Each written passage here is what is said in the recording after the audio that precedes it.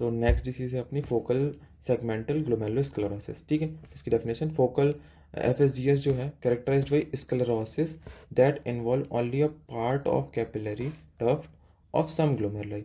तो जो फोकल है उसका मतलब सम ग्लोमेरुलाई, सारी ग्लोमेरुलाई इन्वॉल्व नहीं है, तो फोकल का मतलब ये होता है। और सेगमेंटल मतलब कोई एक part of capillary tuft involve है, तो फोकल सेगमेंटल ग्लोमेरुलोस्क्लेरोसिस। ठीक है, तो जो स्क्लेरोसिस है वो किस किस को इन्वॉल्व कर रहा है, a part of capillary tuft of some glomeruli. तो ये नाम से मतलब समझ में आ रहा है अपन को कि फोकल मतलब सम ग्लोमेरुलाई और सेगमेंटल मतलब एक पार्ट ऑफ कैपिलरी टफ्ट। ठीक है, फिर इसके क्लासिफिकेशन में 3 टाइप्स हैं। एक प्राइमरी जो कि इडियोपैथिक, इसका रीज़न नहीं पता। फिर जो सेकेंडरी होता है वो वायरस की वजह से हो सकता है, ड्रग्स, हीरोइन एडिक्शन हो गया, sickle cell disease, massive obesity, congenital, इन सब की वजह से हो सकता है जो सेकेंडरी कॉजेज़ हैं। ठीक है, फिर जो तीसरा है वो है हेरिडिटरी फॉर्म। हेरिडिटरी फॉर्म में autosomal recessive FSGS due to mutation of NPHS2 gene. NPHS2 gene है, इसमें म्यूटेशन हो जाए तो ये ऑटोसोमल रेसेसिव FSGS हो जाता है।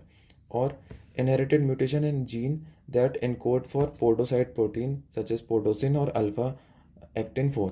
तो या तो जो पोडोसिन और अल्फा एक्टिन 4 में जो जीन एनकोड कर रहे हैं उनमें म्यूटेशन हो जाए, और या फिर जो NPHS2 जीन हो जाए उसमें म्यूटेशन हो जाए, तो इस वजह से ये हेरिडिटरी जो है ये कॉज होता है, हेरिडिटरी कॉज करा सकता है ये FSGS का। ठीक है, तो नेक्स्ट अब हमारा था पैथोजेनेसिस।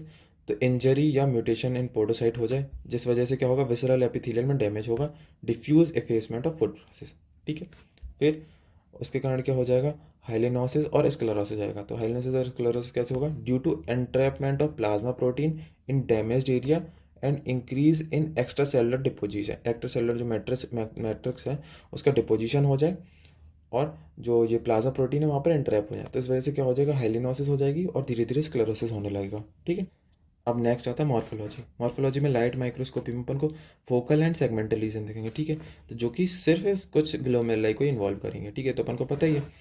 ठीक है, फिर जो इसका स्क्लेरोटिक सेगमेंट है ना, वो उसमें क्या होगा कि collapse of capillary loops, increase in matrix, segmental deposition of plasma protein, hyalinosis. तो जो स्क्लेरोसिक सेगमेंट है ना, स्क्लेरोटिक सेगमेंट, उसमें अपन जो कैपिलरी लूप है वो कोलैप्स कर जाएंगी, मैट्रिक्स का अमाउंट बढ़ जाएगा, और प्लाज्मा प्रोटीन का सेगमेंटल डिपोजिशन हो जाएगा जिसको हाइलिनोसिस बोलते हैं। ठीक है, फिर इलेक्ट्रॉन माइक्रोस्कोपी है, उसमें अपन को देखेगा diffuse effacement of foot process of podocyte. ठीक है, ये इसमें भी दिख रहा था अपन को, एनिमल चेंज डिसीज में भी देखा है, और उसके बाद अपन को किस में भी दिखा है, क्या बोलते हैं, ग्लोमेरुलस नेफ्रोपैथी में भी दिखा है। ठीक है, फिर नेक्स्ट आते हैं इम्यूनोफ्लोरेसेंस माइक्रोस्कोपी। तो इसमें क्या देखेगा, shows non specific trapping of IgM complement in area of hyalinosis. तो इसमें ये दिखेगा non specific trapping of IgM and C3। ठीक है, फिर नेक्स्ट आते हैं क्लिनिकल फीचर में। क्लिनिकल फीचर में haematuria, hypertension, non selective proteinuria, और इसका poor response to steroid therapy होता है। ठीक है, जो 50% FSGS के पेशेंट होते हैं ना, वो एंड स्टेज में पहुंच जाते हैं with in 10 year of diagnosis. ठीक है, फिर यूरिन फाइंडिंग में अपन को क्या मिलेगा, protein urea, Oval fat bodies और फैटी कास्ट, जो कि अपन को last disease minimal change disease में भी दिखा था। ठीक है, फिर प्रोग्नोसिस जो है, चिल्ड्रंस है बेटर प्रोग्नोसिस देन एडल्ट। तो चिल्ड्रन के अंदर ज़्यादा अच्छी प्रोग्नोसिस होती है एज़ कम्पेयर टू एडल्ट। तो हमारी लास्ट डिसीज़ है मेम्ब्रेनो प्लोरीफेरेटिव ग्लोमेरुलोनेफ्राइटिस। उसमें क्या होता है, immune complex are deposited in the subendothelial zone of glomeruli. ठीक है, इसमें 2 टाइप लिखे हैं, टाइप 1 और टाइप 2।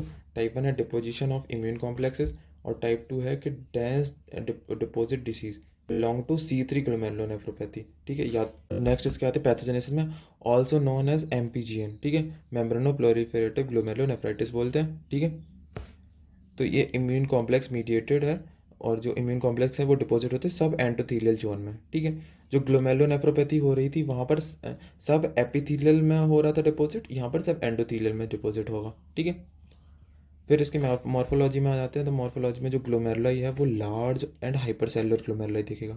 ठीक है, और उसमें क्या हो जाएगा, प्लोरीफरेशन क्यों दिखेगा, क्योंकि प्लोरीफरेशन ऑफ मेसेंजियल और एंडोथेलियल सेल हो गया है, और यहाँ पर ल्यूकोसाइड का इन्फिल्ट्रेशन हो गया है। ठीक है, तो इन 2 रीजन की वजह से क्या होगा कि जो ग्लोमेरुलाई वो हाइपर सेलुलर हो जाएगा। लोबुलर आर्किटेक्चर दिखेगा अपन को, और थिकनिंग ऑफ GVM हो जाएगी। में ना होती है कि सब एंडोथेलियल इम्यून कॉम्प्लेक्स डिपॉजिट होंगे जो कि स्टिमुलेट करेंगे synthesis of new basement membrane, तो एक और बेसमेंट मेम्ब्रेन बनने लगेगी। तो produce duplication of basement membrane, तो जो जो रेल की पटरी होती है ना, ट्रैक्स होते हैं, तो वैसे दिखने लगे तो उसको बोलेंगे अपन प्रोड्यूस ट्रैम ट्रैक अपीयरेंस। तो सब एंडोथेलियल डिपॉजिट की वजह से एक और जो बेसमेंट मेम्ब्रेन उसमें सिंथेसिस हुई, उसका सिंथेसिस हुआ, तो डुप्लीकेशन ऑफ बेसमेंट मेम्ब्रेन हो गई और अपन को ट्रैम ट्रैक अपीयरेंस दिखेगा, कि मतलब ऐसा लगेगा कि जैसे कि ट्रेन का ट्रैक हो। नेक्स्ट आता है अपना इलेक्ट्रॉन माइक्रोस्कोपी, तो उसमें सब एंडोथेलियल इलेक्ट्रॉन डेंस डिपॉजिट दिखेगा सब एंडोथेलियल साइड में, ठीक है। इम्यूनोफ्लोरेसेंस में C3 is deposit in the granular pattern, तो यहाँ पर C3 का डिपोजिशन दिखेगा, ठीक है, कॉम्प्लीमेंट जो होता है। फिर अपन आते हैं नेक्स्ट क्लिनिकल फीचर में, जो प्राइमरी MPGN है ना, तो उसमें जो पेशेंट है वो मेनली एडोलसेंट और एडल्ट ही है, ठीक है। तो इसमें क्या मिलेगा, they are present with haematuria with nephrotic syndrome, ठीक है। और इसकी यूरिन फाइंडिंग वही होगी, proteinuria, oval fatty bodies और फैटी कास्ट, ठीक है। तो अपना ये है मेम्ब्रेनस प्लोरिफेरेटिव ग्लोमेरुलोनेफ्रोपैथी।